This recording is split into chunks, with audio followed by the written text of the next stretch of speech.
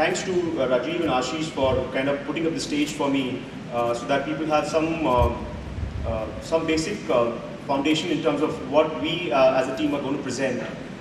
So let me use this for my benefit. So the biggest challenge today of most of the IT organizations or CTOs sitting out here is that everybody really wants to beat the clock. Everybody wants to do a lot more than the time available. So you want to enable your workforce, you want to enable your back office, you want to enable your partner community, right? But there's a challenge. The biggest challenge, and actually, is to cut cost. There's a huge pressure on every organization saying, how do I cut costs? So today my budget was X dollars and my next year budget is going to be X minus Y. Okay, the budget is cut, but then there's a bigger challenge in terms of how do I beat the competition? How do I be better than them? Now that's a balance which most of us really need to maintain. Everybody has a constraint on budgets. That's right. Everybody wants to be better than the competition. Right? Now that's where actually collaboration really helps a lot of organizations in terms of doing both these objectives. I think one important aspect for all of us is to identify who are the people within the organization or externally the organization which needs to collaborate.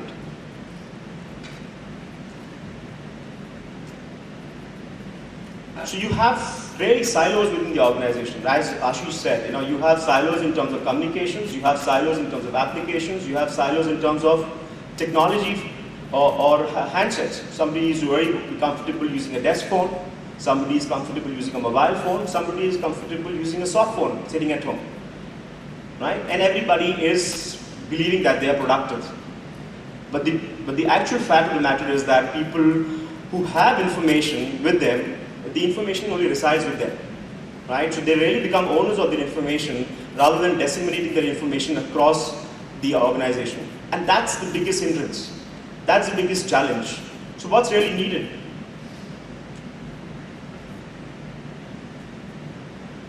It really has to work like a machine. All the levers, all the different parts of the organization really have to work together, and that's how you're going to be more productive. I think collaboration's biggest mantra is how to get more productivity out of every organization, every single person, internal or external to the industry. So that's very important. So as I said, there's a new definition we're trying to bring in. It's on the information worker. The biggest objective of every person is how do I disseminate information the fastest and in the most cohesive manner amongst different groups of the organization, again internal and external. To give you some examples, people who are sitting here, the thought leaders of IT, your biggest requirement on collaboration is how do I get people together during a catastrophe, during an IT outage? Can I get people together and be able to solve a problem within a few minutes or few hours, as the problem may be? Collaboration is important for sales organizations in terms of how can a sales guy be empowered to close a deal on the field. Does he have the right tools? Does he have the right applications for him to take a decision on the field? Collaboration is important for admin people sitting in the back office. Do they have the right tools and mechanisms and are empowered to take a decision? The biggest challenge is information. Information is available in silos. There's a lot of information, but can I integrate that information like a machine so that it's available anywhere, everywhere? I want to elaborate this by giving an example, and there are people from that industry. So let me take you to that example.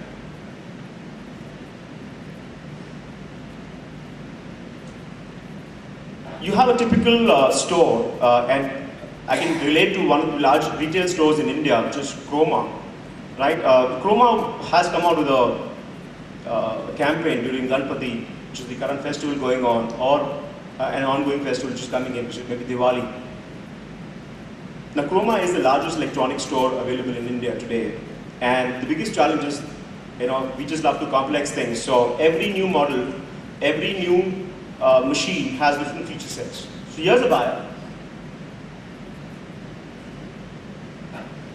He comes to the store, he wants to buy a printer. So he goes to an HP printer. There are a lot of friends from HP out here. And every model has 10 different features. Now he's confused, right? And obviously he needs information. So what he does, he actually calls in a person who knows something about printers. But does he know about the HP printer with this model? Maybe not, right?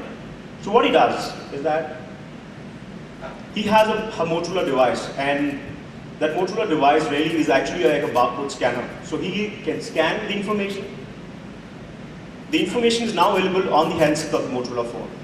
So he doesn't even need to really memorize the model number. That model number is available with the phone.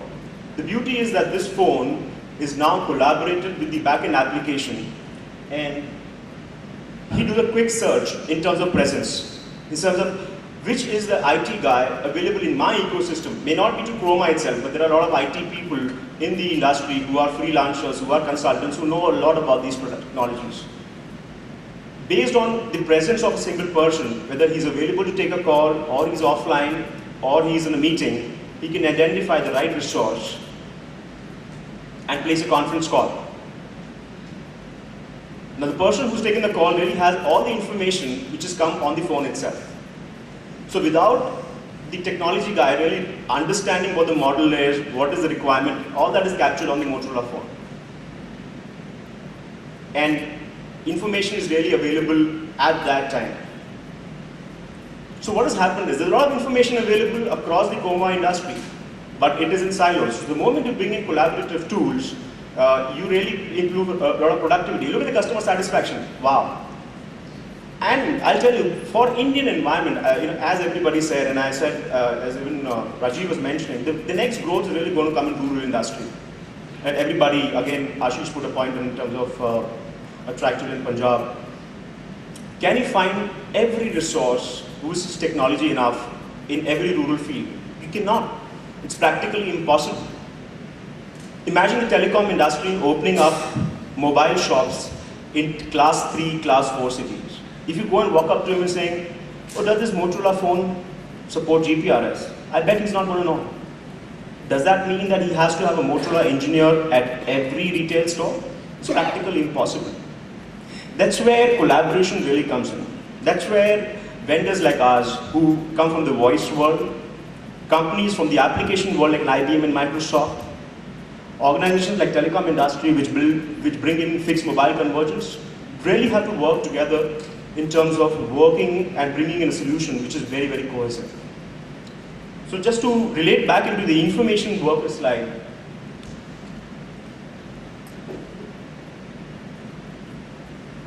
collaboration as a tool is really applicable to multiple people within the same organization. So as you saw, it was actually useful for store manager, it's very useful for the operations manager, and it is useful for the district manager. It's very simple as an application. It is all about collaborating. But to answer the question again, what I mentioned, the question is there an ROI which is available?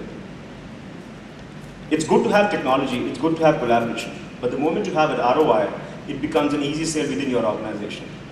I think that's where we as industry participants really have to arm you all in terms of providing you the right ROI tools for you to be able to put across that idea. And I think it has to be in baby steps. Collaboration really is actually a plethora of solutions which are mixed together. Can I start with something as simple as conferencing? Conferencing is collaboration. Can I do unified messaging? Unified messaging was 9 years old technology. How many of people use unified messaging? 20%. Isn't it so useful that I get a voicemail as an email? How many times we don't even read our voicemails?